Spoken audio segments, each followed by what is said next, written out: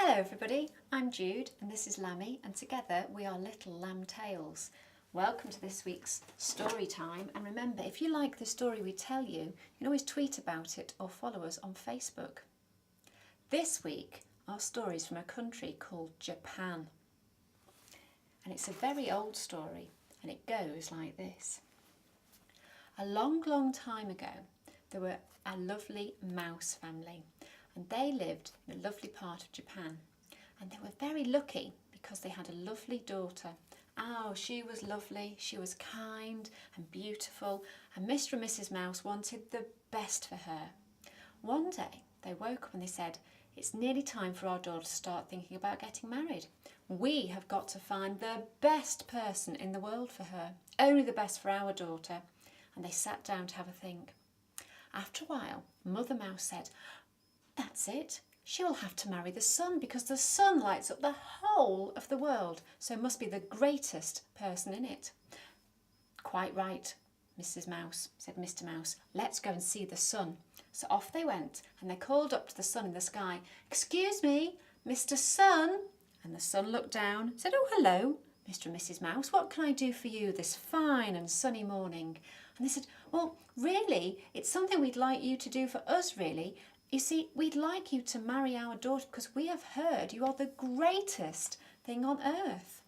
And the sun said, "Well, that is very kind of you, but I don't think I can be the greatest because no matter how much I shine, there's always one thing that can stop me, and that's the cloud.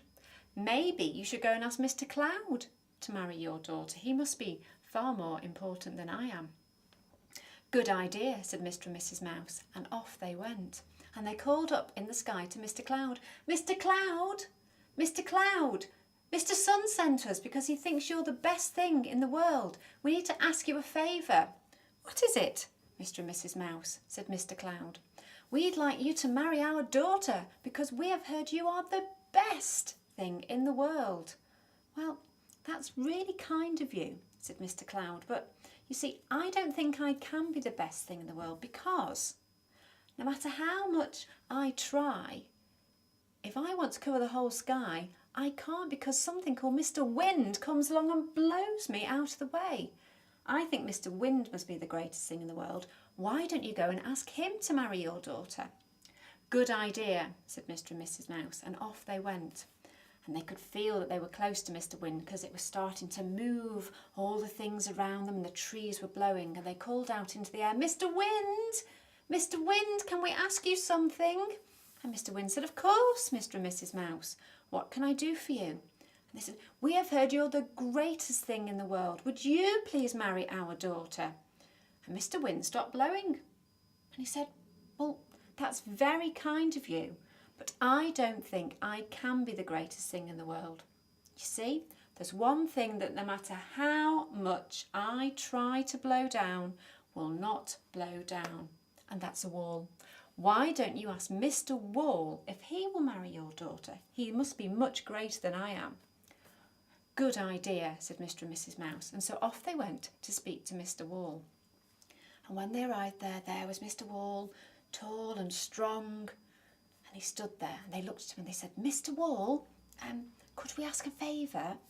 Would you like to marry our daughter? We've heard that you must be the greatest thing in the whole world." And Mr. Wall looked down at Mr. and Mrs. Mouse and said, "Well, that's very kind of you to say, but you see, I don't think I can be the greatest thing in the world because you mice come along and you nibble holes in me. And if you nibble too many holes in me, I will fall down. So I think that really the greatest things in the world must be you mice." "We've never thought of that," said Mr. and Mrs. Mouse. "But you know, he's quite right.